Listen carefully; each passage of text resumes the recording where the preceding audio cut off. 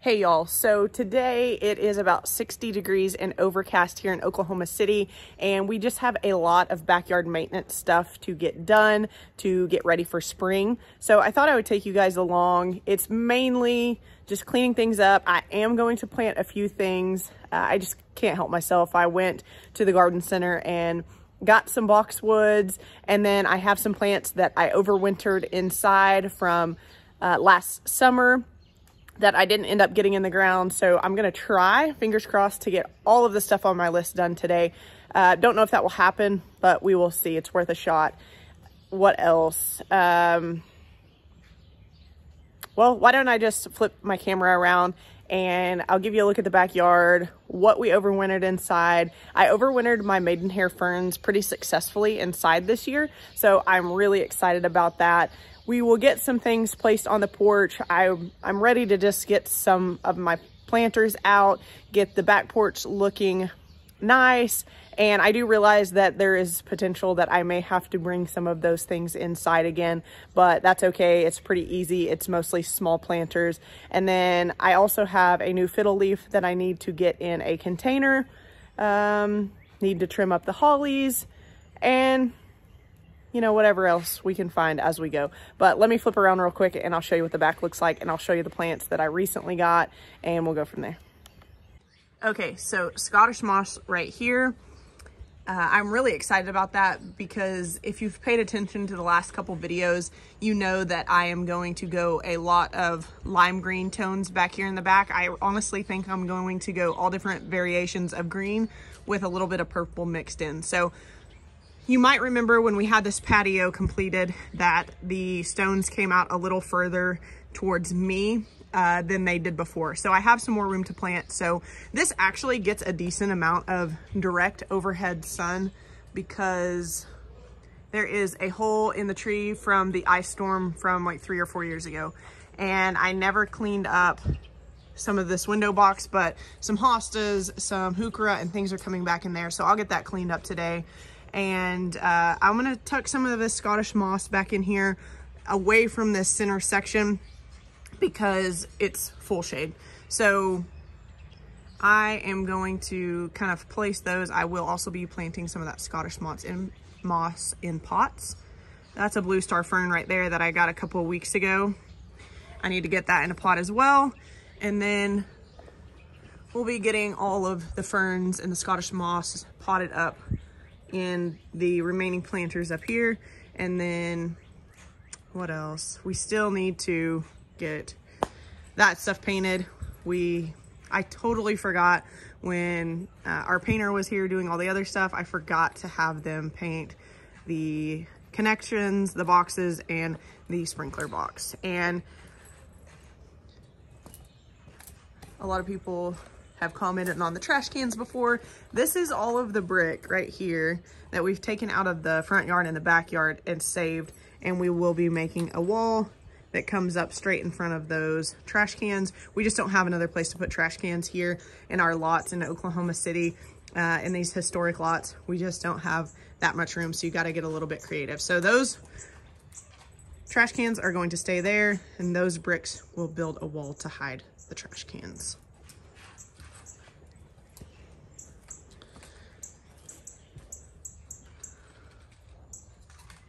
Some boxwood there that I was referring to. Those are winter gems. They did really well. We had these back here are winter gems, and before I get too far ahead of myself, this boxwood is getting transplanted in the front for the sick boxwood that is up in front of that metal planter. So that's gonna happen today as well. But those boxwoods did really well for us. Winter gems will bronze a little bit. I know I've said in previous videos that I don't love the bronzing in boxwoods, but these back here didn't bronze for us at all. It's kind of a tucked back spot.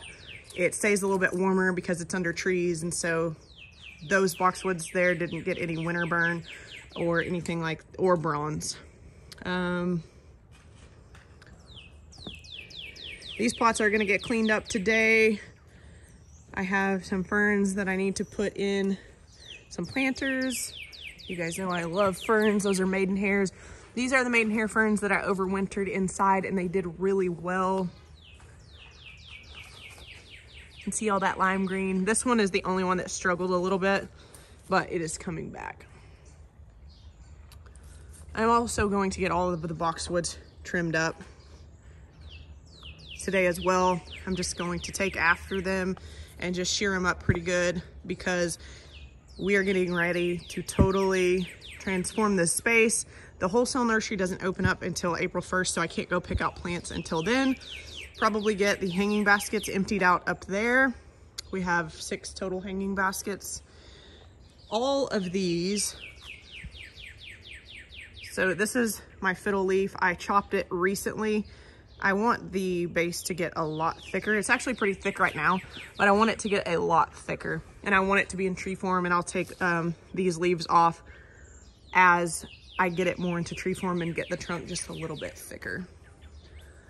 All of these plants are plants that I overwintered inside the garage apartment. We also got our glass fix, hallelujah. These are agave that are gonna go into the front, so I'm excited about that. Maybe I can get those into the ground today. What else? I have some roses back here that need to go out, some succulents, and then all of this carex is stuff that I got last year at the wholesale nursery that I just didn't get planted. And honestly, everything's still alive and it overwintered pretty well considering. Ferns that'll get stuck on the back porch. What else? Take a look at the snowball viburnum. It looks so pretty. The lime green, they're getting ready to turn white. But this thing is absolutely loaded with buds. I didn't have a lot of blooms on this last spring. I'm not really sure why. Actually, someone that subscribes to the channel reached out to me and said, subscribes to the channel and is also in Oklahoma City, reached out to me and said, my viburnum did not produce a lot of blooms last spring either. So they were glad to know that they weren't the only ones. So I'm not sure, you know, necessarily what that was about, but I think all of these blooms this year are directly related to the quarterly fertilization and treatment program that we are a part of with Arbor Image. Still unsure what I'm gonna do with this juniper. It's not straight, it's very crooked. Not sure if I'm gonna take that out yet or not. That remains to be seen, but these baskets are gonna get cleaned up. I can't wait to get those planted, but I'm not gonna plant those just yet because I know we'll get a few more nights pretty close to freezing. We may not actually get freezing temps from here on out. We'll see. Typically our last frost date is April 10th-ish. So we're still quite a ways from that, but our 10-day forecast doesn't show anything even close to freezing. The red buds, gosh, looking so good. I love this time of year with the red buds, and then I'll flip around here in just a second and show you the red bud blooms with the lime green of the snowball viburnum blooms. These two are always the last to really bud out. They're not in full bloom yet, but they will be shortly. And this is the view that I really love right here. I think the stones look like they've been there for a long time. I just love the backdrop of the snowball viburnum, and the grass is starting to fill in really nicely here in the center section. It's super thick over here, and we still need to add a stone right here. I tried to get away with that, but we are in and out of the garage apartment so often that we just beat that section down right there. So a stone will have to go there. I didn't really just love the aesthetic look of a stone right there and then another couple stones right there, but it's just gonna have to be that way because we beat that path down so much. The Nellie Stevens hollies, they're gonna get a good trim today. These have been in the ground since last fall. They are gonna get a really pretty tight haircut today. Don't think that made it. I'm gonna check it really well here in just a little bit, but I think that's gonna have to come out. I tried to transplant it, tried to save it, just didn't really work out. So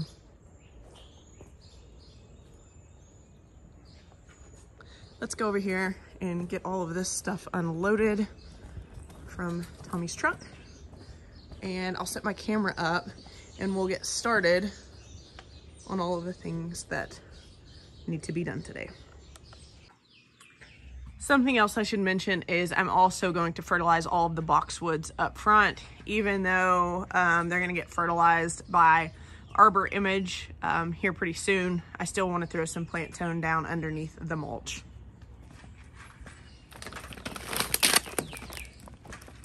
I use plant tone because it's organic and we have animals and it works really well for me. I have been wanting a fig tree, so I got one of those today. I'll be putting that in a pot as well.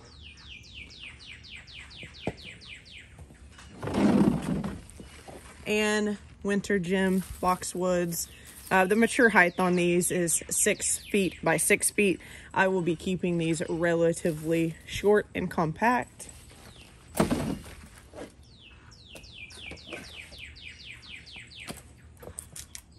Scottish moss. It's a fun plant. It is, here are the stats on this. So cold hardy to -10, and it will spread for you. So the spacing should be 6 to 8 inches. So I'm gonna pop this in, like I said, over there underneath the window box.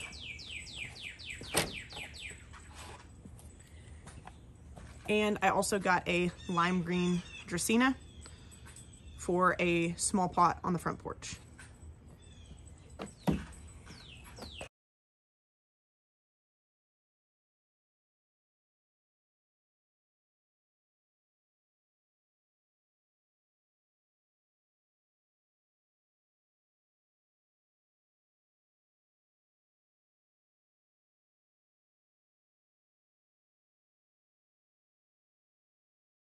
So here's a look at the planters that I put things like fiddle leaf that I know will be overwintered inside. So they are plastic pots. The drainage, you can pop them out. The brand is Allen and Roth. I got these at Lowe's, but they're really lightweight.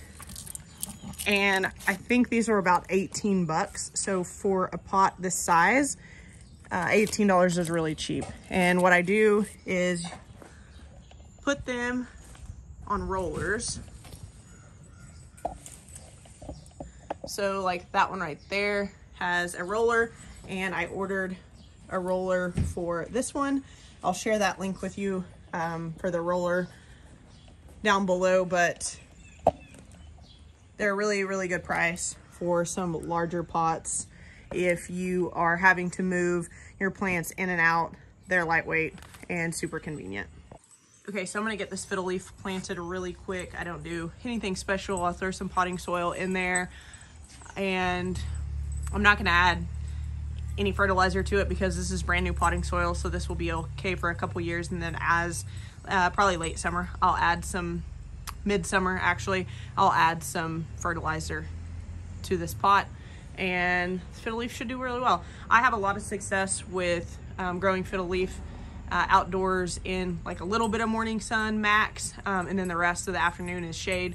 So, and overwintering them inside. They're a pretty easy plant.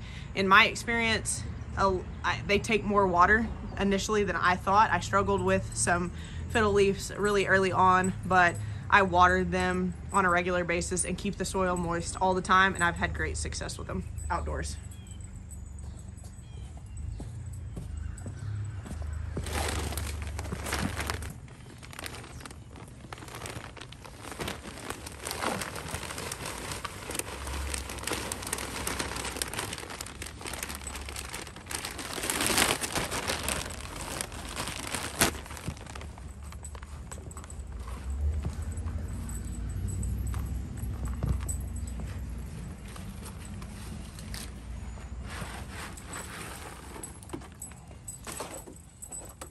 You want this in there? Yeah.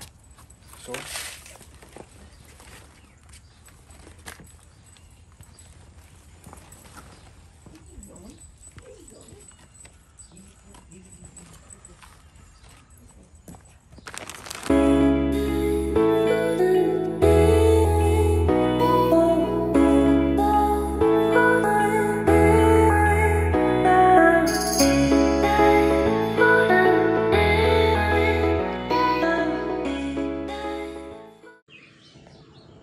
things checked off the list. I will also be removing the stake.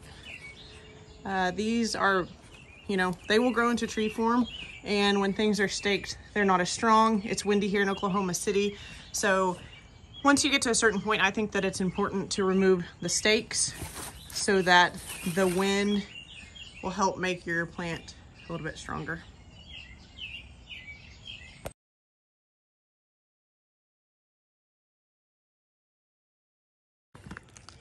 Okay, so next thing that I'm getting ready to do is fertilize all the boxwoods. So in a previous video, I pruned all of the boxwoods up front. And what I'm going to do is just hit the base of each of these, pull the mulch back just a little bit because this mulch is fresh. And then I'm going to sprinkle some plant tone fertilizer around each.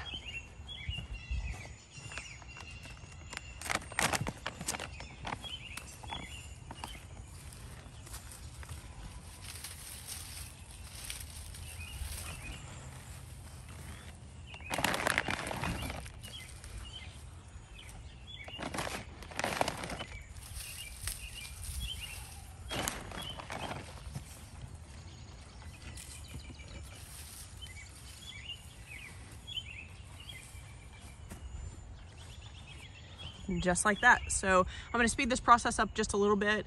We'll knock out the fertilization and then we will get the boxwood also transplanted. I'm going to try to knock out everything in the front while I'm up here, and then we'll move to the back.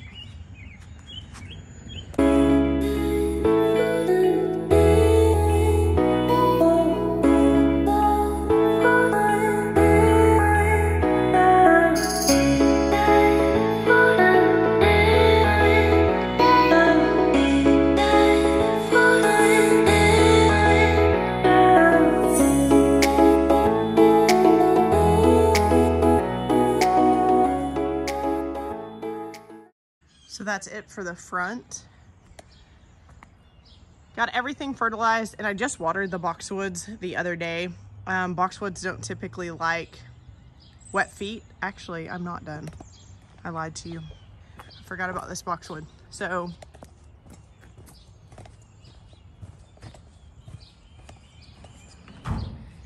this boxwood is not dead, but I just don't love the way it looks. Everything else up here looks really good, and this still has that bronze struggling color from transplant and the winter time. So let's go ahead and get this switched out really quick as well, and then we'll go to the back.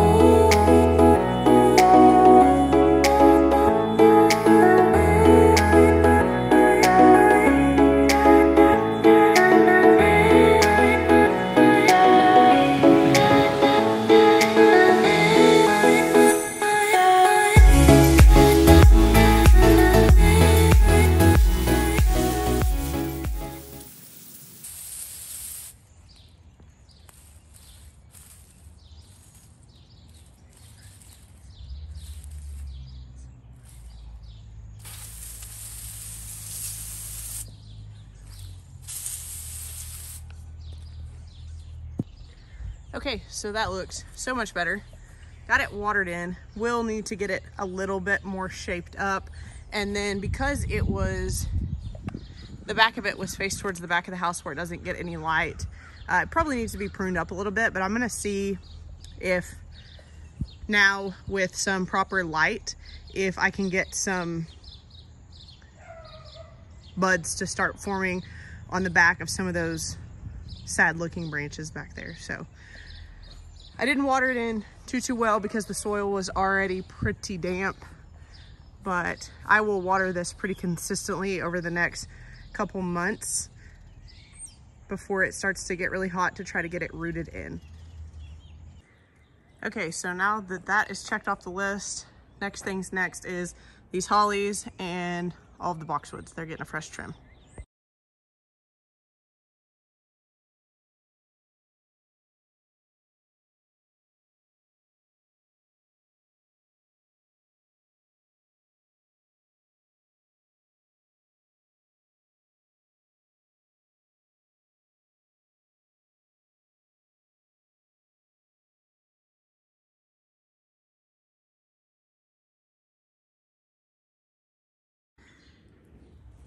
So got them trimmed up.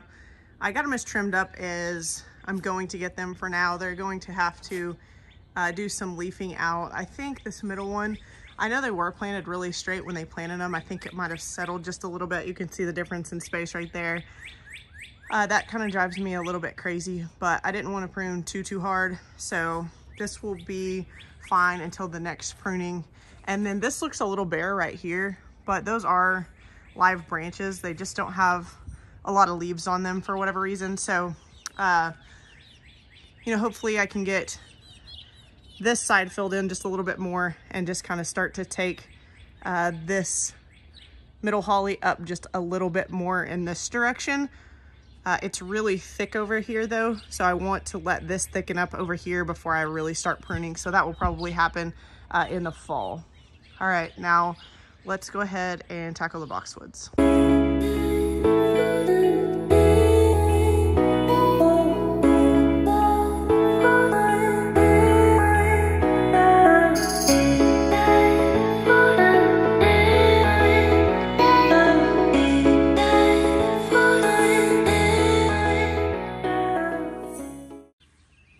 Got most of these boxwoods cleaned up. Some of these are a little bit sparse, so again, they need to fill in. I've had these boxwoods for years and they're starting to fill in really nicely. These are gonna need a lot of work. So I'm not sure quite yet what I'm gonna do with these. You can see that they have large holes there. There were some other plants that were back here in the past that were growing into them. And so I'm not sure if I'll just cut them back hard. I'm not sure. I don't think I'm going to tackle those today specifically. So I'm going to try to think about those and exactly what I want to do. And then I might tackle those here in a couple weeks or so. And the other thing, we obviously need to do a ton of weeding back here, but Alex and his crew are going to be back here. And so when they go to reset the flagstones and everything, they're going to take care of that. Because they'll be in and out of there. And then what I'm trying to decide is, you might remember from last year, I had the planters here. The two big ones flanked the entrance. It's starting to sprinkle. Didn't know it was supposed to rain today. Okay, back to what I was saying. So I'm trying to decide if I'm going to cut this edging so that I can flank these two pots at the entry and then put this one, the smaller ones, right next to them, or maybe I'll just go with the two large ones. I'm not sure exactly what I'm going to do, but again, we are getting quotes on getting this fence replaced right here. A lot of people hated that idea. You know, yes, it does get hot over here, but I'm not going to plant any plants that are going to take, that aren't going to be able to take the hot afternoon sun over here. And this side over here is also fully shaded, so that one's not even a factor. But I shared a inspiration picture, which was an actual privacy fence to a residence. And so those slats, the horizontal slats, were a lot closer than they will be if we get this fence to replace. So I will do a larger gap, and then the edging or the horizontal slats will be the same as this edging. And I had so many questions on this edging, and I finally remembered to ask Alex. So this edging it's not edging, it's steel, and it comes from a steel place. I don't know exactly what the better term is for that, but a place that sells steel will be able to provide you this type of edging should you want that. So in your city, wherever that may be, it's not going to be, I mean, maybe some of your landscaping places will have it, but Alex doesn't get it from a landscape place around here. He gets it from a steel company. So what else? This again all needs to get weeded. This is not going to happen today either. We need some dirt brought in for there. That's kind of a low area. Honestly, got a lot done today. I don't think that I'm going to get the boxwoods. You can see it's starting to rain there, but I don't think I'm gonna get the boxwoods up by the house planted. And I went back and forth. I know I said that initially that I was going to be looking for some blue spruces for this area back here. These hydrangeas are temporary. We just got those in the ground so that we could save those. Some of them might stay over there, but probably a majority of those are gonna move. But I might do little gem magnolias, a cluster of 3 little gem magnolias back there. They're only going to get 15 to 20 feet tall, and roughly I think their width is around 12 to 15 feet wide, I believe. Don't quote me on that. You can look up the stats, but I think those will look really good back here. And the more I thought about it back here, the more I really wanted to go with an all green palette with lots of lime greens mixed in. So dark greens, lime greens, evergreen greens, just a lot of different greens. And so after thinking about it, I thought, you know what, little gem magnolias will look really pretty back here. The mess of our power lines that everybody seems to hate in these videos that we can't do anything about, it will help to hide those without allowing the electric company to come in and cut. Because technically you're not supposed to plant anything within 10 feet of those lines. That's really unrealistic. But if you have a plant that is mature, that its mature size will not interfere with those power lines, they won't come and cut on your stuff. Now, they do have to still have access to this back here. So the great news is the little gem magnolias will be, like, we will plant them far enough up so that they can get back around them, because when the transformer blows that's up there, because we have lots of squirrels that like to, they blow the transformer, and they have to get in our backyard to come and redo whatever it is they do up there to get the power back on. So and that's happened about 3 times so far. But again, people in previous videos also said, you know, why don't you bury your power lines? Well, it's just a cosmetic thing, and it's a very expensive cosmetic thing, because even if we have our power lines buried, we are still going to lose power, because 99% of our neighborhood has overhead power lines. There's a few houses probably around here that have their power lines buried, and our power line that went to our house, to our garage in our old house, was buried, and I really liked that. It's not here, but it's just not worth the money. Honestly, it's thousands and thousands of dollars to get that done, and it's just not something that we want to spend the money on when we have so much other stuff to do back here. So, you know, this used to have other plants by it right there. That's why it looks a little funky. But honestly, I think I'm pretty happy with the progress that we've made back here today. And I may get a couple other things planted up here, but really I think I'm getting ready to kick back and relax. I'm gonna get all of these boxwoods unloaded and at least kind of get them placed over there probably. And then we're gonna call it quits for the day and grab a cocktail.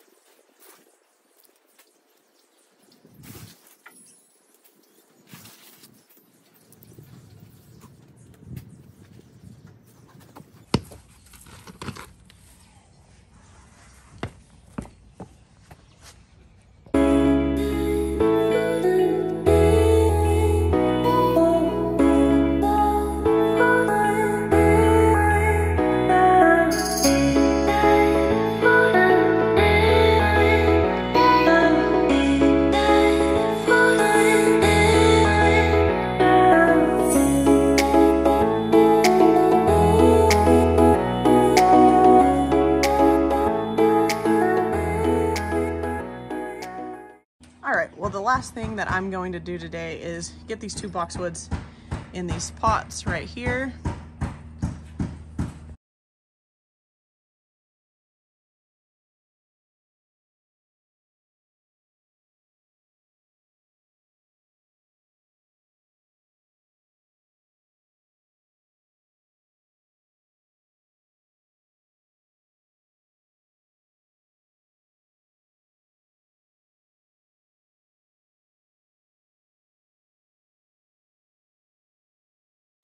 All right, well, we are done for today. We got so much done.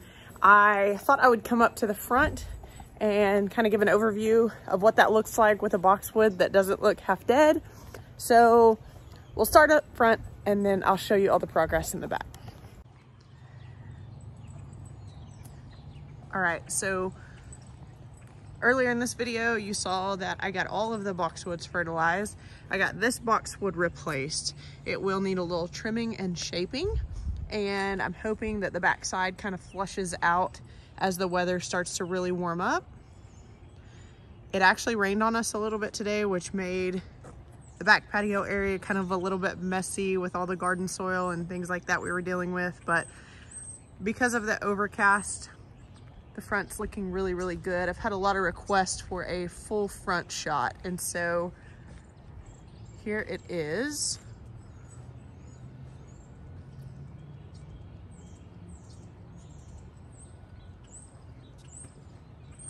Get one from that side and then I'll come over here and get one from this side. A lot of the doubles mix has come up even more. And it's going to be really hard for me to go away from the purple and pink tulip mix for years to come, but I do like to experiment, so we shall see.